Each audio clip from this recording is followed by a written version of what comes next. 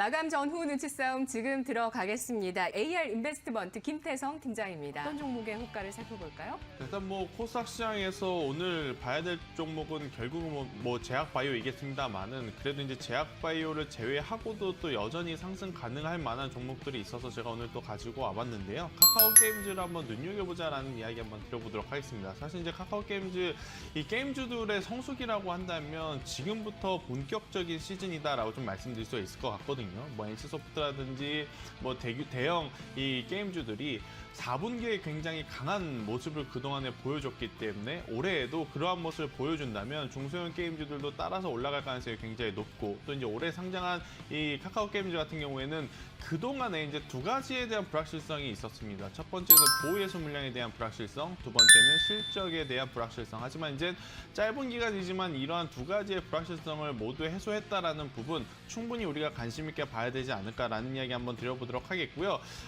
이제 지스타 2020이 다음 주에 이제 시작이 됩니다. 지스타 2020에서 이번에는 이제 온라인으로만 좀 참여를 할 수 있게 유도를 하고 있어서 예전과 같은 그러한 흥행도를 기대할 수는 없겠습니다만은 여전히 우리가 관심권에게 놓고 봐야 된다라는 이야기 드리면서 현재 가격에 진입하는 것도 저는 굉장히 좋다라고 생각이 들고요. 만약에 진입하신 분들은 6만 원이라고 하는 가격대가 일단 우선 1차적인 목표가가 될 것 같습니다. 이 6만 원이라는 가격대가 이제 돌파를 하게 되면 그때는 7만 원까지도 갈 수 있는 상황이 되지 않을까라는 이야기 드리면서 저는 카카오 게임즈 지금 구간 굉장히 좋지만 4만 원만 이탈되지 않으면 충분히 승산이 있다라는 이야기 드리면서 손절선은 4만 원 제시드리도록 하겠습니다. 오늘 드디어 또 바이오가 힘을 되찾게 되자 이렇게 코스닥이 다시 한번 저항선 돌파 시도가 나왔습니다. 850선 돌파할까요?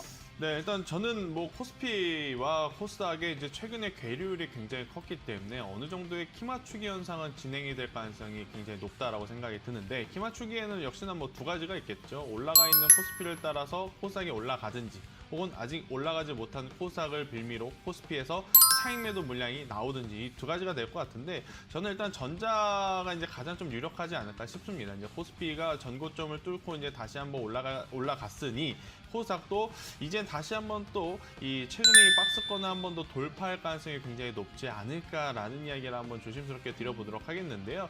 코스피 시장이 박스권을 돌파해서 강력하게 갈 수 있었던 것은 역시나 이제 두 가지였죠. 원달러 환율에 따른 외국인의 수급이 굉장히 좋았다라고 좀 볼 수가 있을 것 같고, 또 코스피 시장 내에서 이 원달러 환율에 대한 수혜를 받을 수 있는 기업인 완성차 기업들도 굉장히 좋았고, 반도체도 굉장히 또 좋았기 때문에 이제 역사상 또 신고가 영역으로 이제 가는 그 길목에 있는 상황이다라고 좀 본다면, 코스닥 같은 경우에는 그 힘을 받아서 반도체 중소형 소량 기업들이 다시 한번 재차 상승할 가능성이 높습니다. 어제 같은 경우에는 시총상위 대형주 위주로의 수급이 몰렸다면 여기에 들어왔던 물량들이 차익 물량이 나왔을 때 그 물량들은 반도체 소부장으로 옮겨갈 가능성이 굉장히 높다라고 좀 말씀드릴 수 있어서요. 반도체 소부장과 제약 바이오의 모멘텀이 다시금 작용이 된다면 코스닥도 코스피처럼 한 번 더 올라갈 가능성이 굉장히 높다라는 이야기 한번 드리도록 하겠습니다. 오늘 코스닥부터 마감 후에 눈치 싸움 들어가 볼게요. 네, 일단 대장주가 간다면 2등주, 3등주는 따라간다라고 보시면 될 것 같습니다. 이제 흔히 우리가 얘기했을 때 대표적으로 보면 시젠이 올라가고 나서 그다음 이제 수젠텍이라든지 랩지노믹스처럼 2등주, 3등주가 올라갔죠.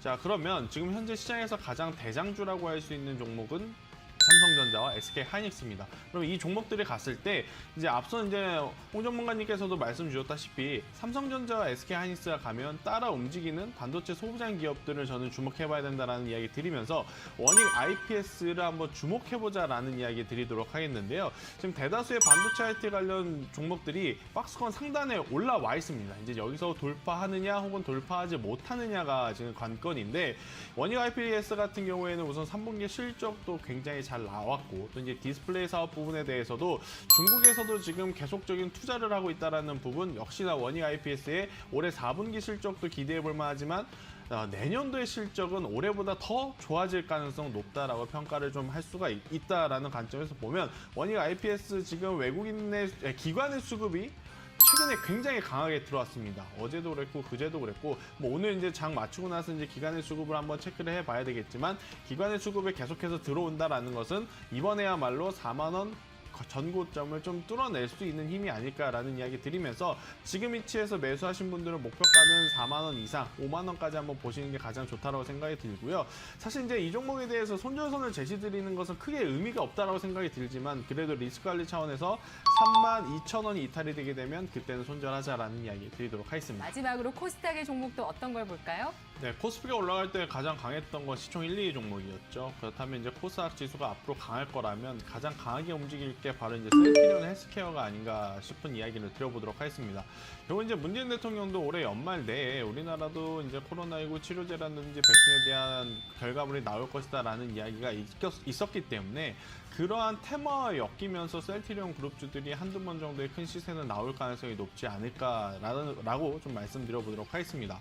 일단 뭐 셀트리온 헬스케어 같은 경우에는 최근에 20만 원이라고 하는 가격 저항대를 돌파하지 못하고 아직까지는 지지부진한 흐름 속에서 뭐 셀트리온 헬스케어가 아닌 다른 종목들이 좀 힘을 내주면서 지수를 좀 끌어올렸는데 만약에 이 코로나19에 대한 좋은 이야기가 한 번 또 쏟아진다라고 했을 때 결국 우리나라 시장에서 가장 크게 반응할 것은 제약바이오다라고 좀 볼 수가 있을 것 같습니다. 뭐 실질적으로 셀트리온이 뭐 모더나라든지 화이자 관련주는 아니겠습니다만 그래도 전반적으로 제약바이오의 상승에 힘입어서 가장 강하게 좀 탄력적으로 움직이면서 코스닥 지수를 이끌지 않을까 저는 그런 생각을 하고 있어서요. 셀트리온 헬스케어 굉장히 고점이라서 부담은 되겠습니다만 지금 자리에서 한번 단기적으로 데이 트레이딩을 해보시는 거 굉장히 좋다라고 생각이 들고요. 매수하신 분들은 10만 원이 돌파하는지 여부가 가장 중요하니 돌파하면 보유를 하시면서 11만 원 그 이상을 보고요.